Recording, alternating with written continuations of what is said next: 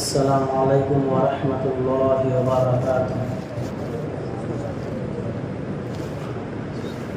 الحمد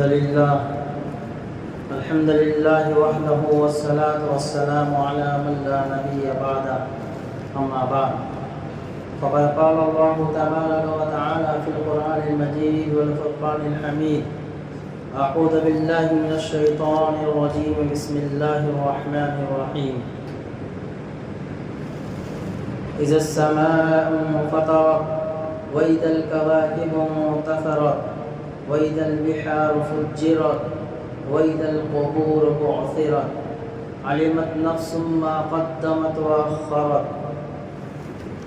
آمنت بالله صدق الله مولانا العظيم وصدق رسوله النبي الكريم ونحن على ذلك من الشاهدين والشاكرين والحمد لله رب العالمين۔ سبحانك لا علم لنا إلا ما علمتنا إنك أنت العليم الحكيم۔ رب اشرح لي صدري ويسر لي أمري واحلل عقدة من لساني يفقهوا قولي۔ اللهم صل على سيدنا مولانا محمد وعلى آل سيدنا مولانا محمد وبارك وسلم۔ بزرگان محترم، عزیز ساتھیوں، اللہ تبارک و تعالی نے اس کائنات کو اپنی قدرت کاملہ سے بنایا ہے۔ برسہ برس سے دنیا قائم ہے، لیکن ایک وقت آئے گا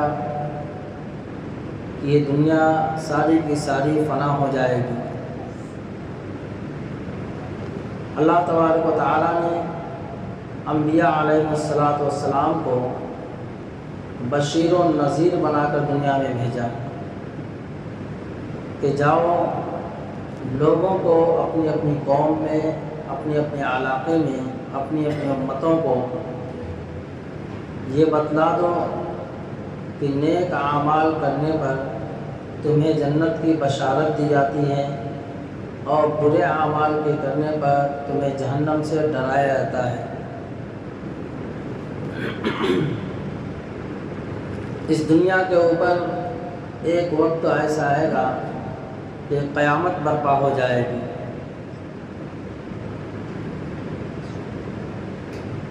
سورہ انفطار کی ابتدائی 5 آیتوں میں اللہ تبارک و تعالیٰ نے قسمیں کھا کر کے قیامت کا تذکرہ فرمایا کہ اذا السماء انفطرت، قسم ہے آسمان کی جب وہ پھٹ جائے گا، وَإِذَا الْكَوَاكِبُ انتثرت، اور قسم ہے ستاروں کی جب وہ بکھر جائیں گے،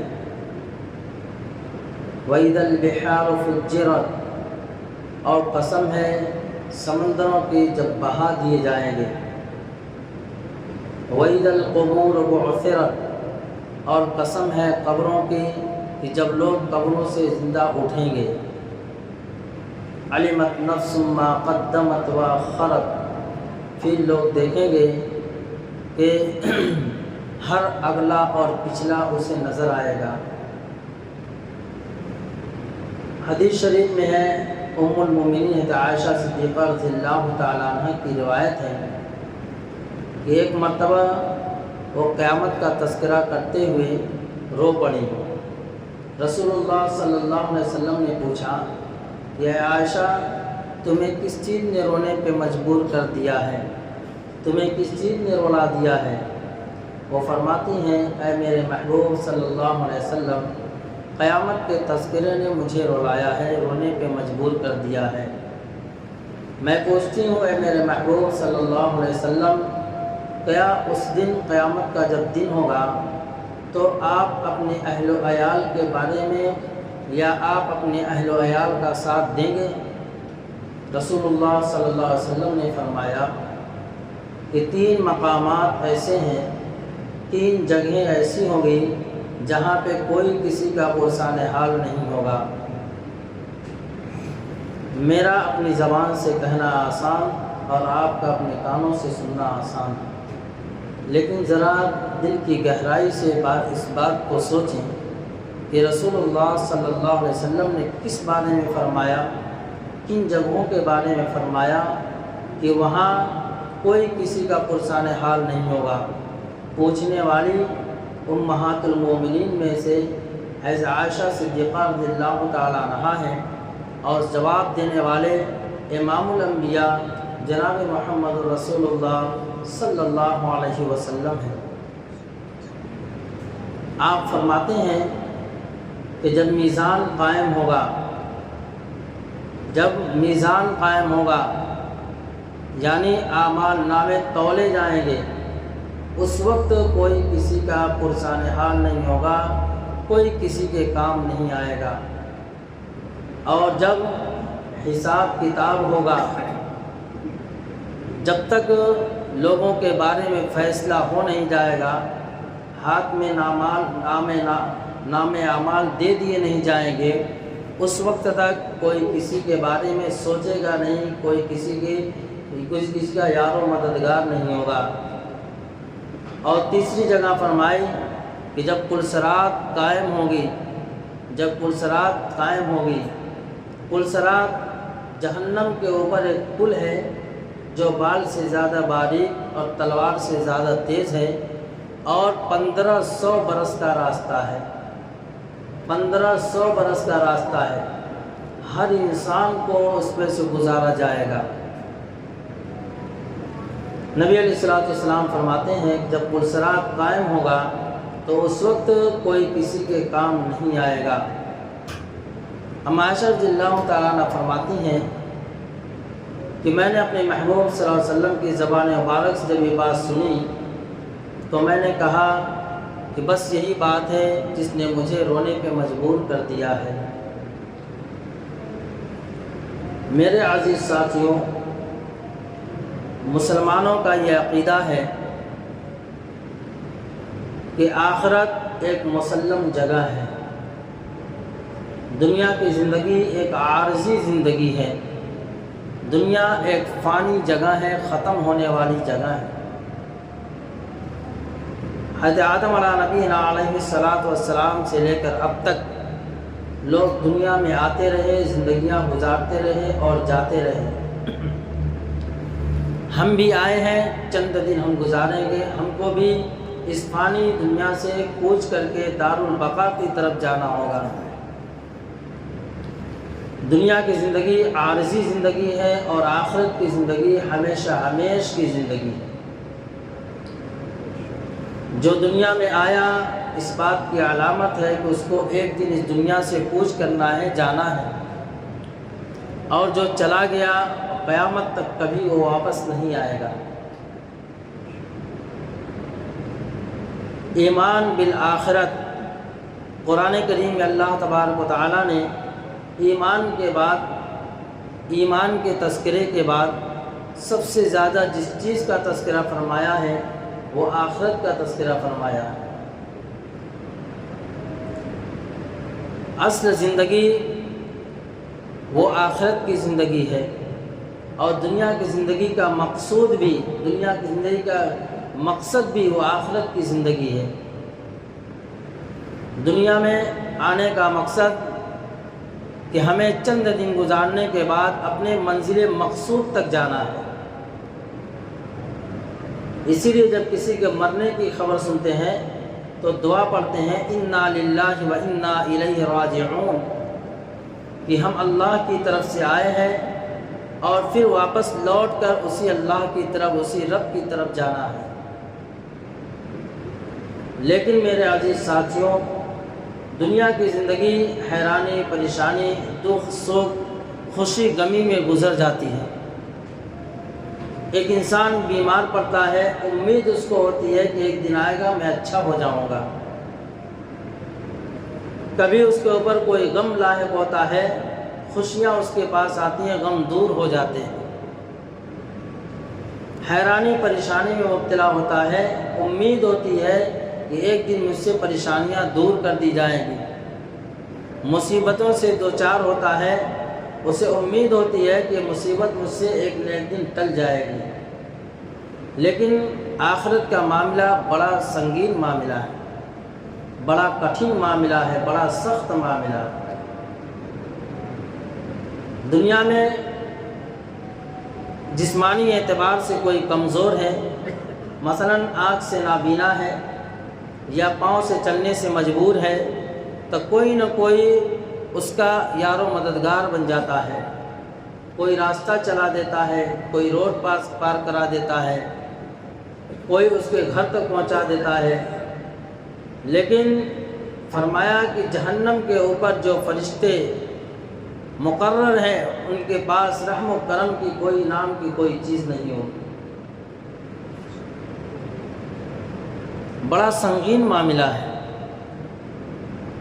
آخرت کے تذکرے کو، جہنم کے تذکرے کو، قیامت کے تذکرے کو قرآن نے بھی بیان فرمایا ہے، اور خود نبی علیہ الصلوۃ والسلام نے بھی احادیث کے اندر کثرت سے تذکرہ فرمایا ہے کہ لوگوں دنیا کی زندگی میں مست مت ہو جاؤ، دنیا کے عیش و عشرت میں اپنی آخرت کو مت بھلا بیٹھو، دنیا کے بادشاہت میں، دنیا کے پیسے میں اور دنیا کی جو ہے رنگینیوں میں گھل مل کر کے اپنے اصلی خالق اور مالک کو بھول مت جاؤ۔ اللہ کو یاد کرو، اپنی قبر کو، اپنی موت کو، اپنی آخرت کو یاد کرو، حساب کتاب کے دن کو یاد کرو۔ اسی لیے اللہ تبارک و تعالیٰ نے حکم فرمایا کہ مسلمانوں کو حکم ہے کہ نماز کے ہر رکعت میں سورہ فاتحہ پڑھے۔ اس میں ایک آیت ہے مالک یوم الدین، روز جزا کا مالک، بدلے کے دن کا مالک، حساب کے دن کا مالک، عدل و انصاف کے دن کا مالک اللہ ہے۔ اس کو یاد کرو کہ ایک دن آئے گا عدل و انصاف کا ترازو قائم کیا جائے گا۔ حساب کتاب کے لیے تم اپنے آپ کو تیار رکھو کہ تمہیں اپنی زندگی کا حساب دینا ہوگا۔ 1-2 گھنٹے کا حساب نہیں ہے، 1-2 سال کا حساب نہیں ہے، بلکہ زندگی کے ایک ایک لمحے کا حساب دینا ہوگا۔ اللہ تبارک تعالیٰ نے قرآن کریم میں فرمایا کہ وَإِن تَعُدُّوا نِعْمَةَ اللَّهِ لَا تُحْصُوهَا، کہ میں نے انسان کو اتنی نعمتیں عطا فرمائی ہیں کہ اگر وہ شمار کرنا چاہے، گننا چاہے تو وہ نہیں گن سکتا ہے۔